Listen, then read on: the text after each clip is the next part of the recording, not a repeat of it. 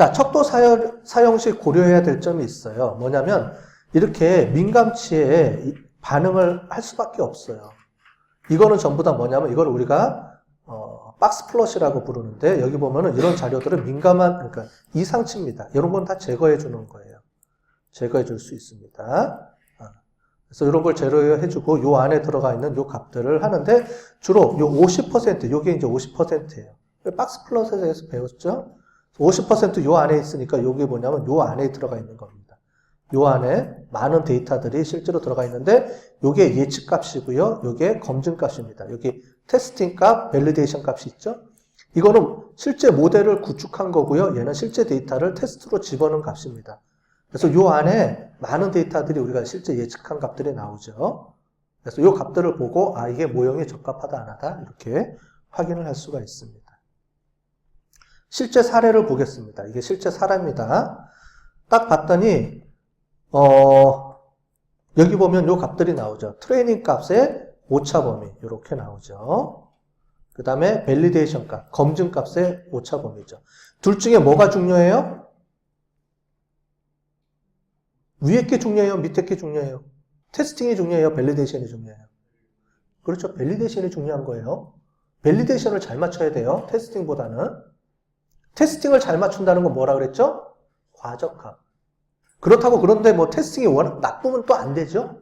이게 적절하게라는 말이 나오죠. 둘의 값을 가지고. 그래서 여기 보시는 것처럼 우리가 모델에 중요한 거는 학습 데이터를 적합시키는 게 아니고 새로운 데이터의 예측률을 향상하는 거기 때문에 밸리데이션, 즉 검증용 성능이 더 중요합니다. 됐죠?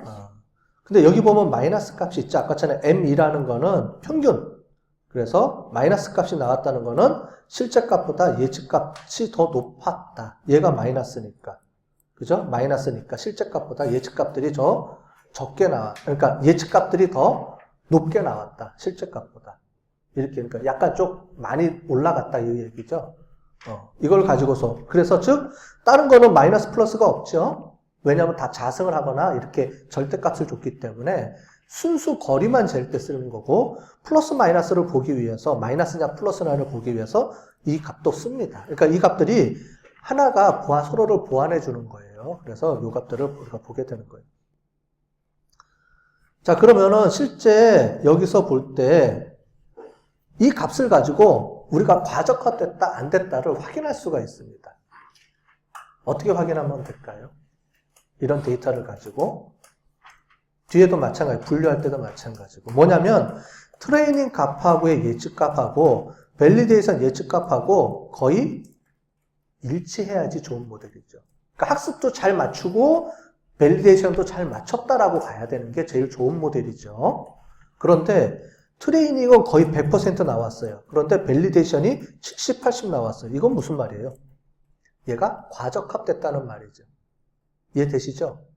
트레이닝을 100% 맞췄는데 실제 데이터는 덜 맞춰요. 그럼 당연히 얘가 훈련 집합에 과적합됐다는 말이죠. 그러면 얘를 조정을 해줘야 돼요. 얘를 높여주는 걸로 바꿔줘야 되는 거죠. 이제 그런 기법들을 나중에 우리가 배울 겁니다. 의사결정 나무에서는 어떻게 얘를 이용해서 이제 뭐 가지치기나 이런 방법들을 쓰는데 그런 걸 어떻게 해주고 AI 기법에서는 이 점수 수치를 어떻게 조정을 해주고 뭐 이런 얘기들이 나오는 거예요. 이렇게 발생했을 때. 됐죠? 자, 이거를 그래서 여러분들이 항상 밸리데이션하고 트레이닝하고 같이 보면서 두 개를 동시에 놓고 확인을 같이 하는 겁니다. 우리가 중요한 거는 밸리데이션이 중요하긴 한데 밸리데이션만 놓고 보는 게 아니고 학습의 에러율과 밸리데이션의 에러율을 동시에 보면서 얘가 과적합됐는지 안 됐는지 이제 보는 건데 실질적으로 전체적으로 보면 결론적으로는 밸리데이션 쪽이 더 많이 높게 나오는 게 우수한 모델이다. 이렇게 보시면 될 것 같아요.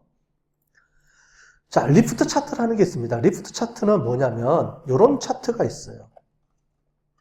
뭐냐면 이런 겁니다. 여기는 가격으로 나와 있는데 이제 응답률이죠. 만약에 내가 다이렉트 메일을 보냈어요. 우편을 보냈어요. 아니면 여러분들이 카카오톡으로 뭘 보냈어요. 광고를 보냈어요. 그랬을 때 사람들이 응답해서 물건을 살 확률입니다. 자, 그런데 왼쪽으로 가면 뭐냐면은 이게 사람의 숫자예요. 빵명부터 해서 100명까지, 200명까지, 300명, 총 400명이 있는 겁니다. 400명이 있을 때 광고 메일을 보냈을 때 반응하는 사람들의 그 물건 사는 수. 물론 여기가 이제 반응률이 될 수도 있고 여기는 지금 프라이스 가격으로 해놨는데 이걸 보겠다는 거예요. 그랬을 때 옆에 보면은 요 선이 있습니다. 요 선이 뭐냐면 이 선은 기준선이에요. 뭐냐면 50%예요. 당연히 얘가 벤치마킹 선이 되죠. 50%라는 건 뭐냐면 내가 모델을 없이 해도 반응 맞출 수 있다는 거죠. 여러분들이 찍어도 반응 맞출 거 아니에요. 사람이 있어요. 이 사람이 물건을 산다 안 산다. 반응 맞출 거 아니에요. 기본적으로. 그래서 얘가 45도 각도선이에요. 45도 각도선은 뭐냐면 찍어도 맞추는 선. 기준선입니다. 그럼 기준선보다 잘 맞추려면 얘가 위에 있어야 돼요? 밑에 있어야 돼요? 당연히 값이. 밑에는 떨어지는 값이라니까요. 그러니까 당연히 이 기준선보다 위에 있어야죠. 그래서 어떻게 주느냐면은 여기 있는 것처럼 이렇게 보시면 40명을 했을 때 수익률이 원래 요만큼 있어야 되는데 찍으면 이만큼 모델을 통해서 이만큼 올라갔다는 거예요. 이만큼. 이해되시죠? 그러면 이제 우리가 정해야 되는 거예요. 리프트 차트를 이용해서 도대체 그럼 어느 정도 선까지 사람들한테 광고를 보내야 되느냐. 물론 돈만 있으면 다 보내면 되죠. 그죠? 그런데 꼭 그렇지만은 않고 반응이 높은 그룹한테 먼저 선택을 해야지. 아까 전에 우리가 그 경향이라든가 이런 거 한번 확률적으로 리스트를 해서 솔팅하면은 확률이 제일 높은 사람부터 리스트가 쭉 떠요. 내림차순으로 올림차순, 내림차순 하게 되면. 그럼 그 사람들을 가지고 몇 명한테 보내는 게 가장 최대한의 수익을 올릴 수 있느냐? 이거를 우리가 보는 거죠. 거기에 옆에 같이 들어가는 게 이겁니다. 여기 10분위 순이에요. 10분위 수는 전체를 10명씩, 10%씩 쪼갠 겁니다. 만약에 여기가 400명이니까 10%면 몇 명이겠어요? 40명이겠죠? 그죠? 40명일 때 응답률이 1.7배라는 거예요. 리프트라는 건 뭐냐면 기존에 아무것도 안 했을 때 우리가 찍어서 맞출 게 일로 봤을 때 그거보다 몇 배 더 잘 맞추냐는 거예요. 1.7배라는 건 뭐냐면 1.7배. 여기가 기준선이겠죠. 여기가. 1이 기본이라는 거예요. 1이. 찍어도 맞힐 수 있는 게 1입니다. 서로 동등한 거니까. 근데 그거보다 몇 배나 더 높게 응답이 돼요? 1.7배나 더 응답 확률이 높다는 겁니다. 아무것도 안 하는 것보다. 그러니까 이 사람들한테는 보내면 응답 확률이 높겠죠. 바로바로 물건을 구매하거나 피드백이 높은 사람들이겠죠.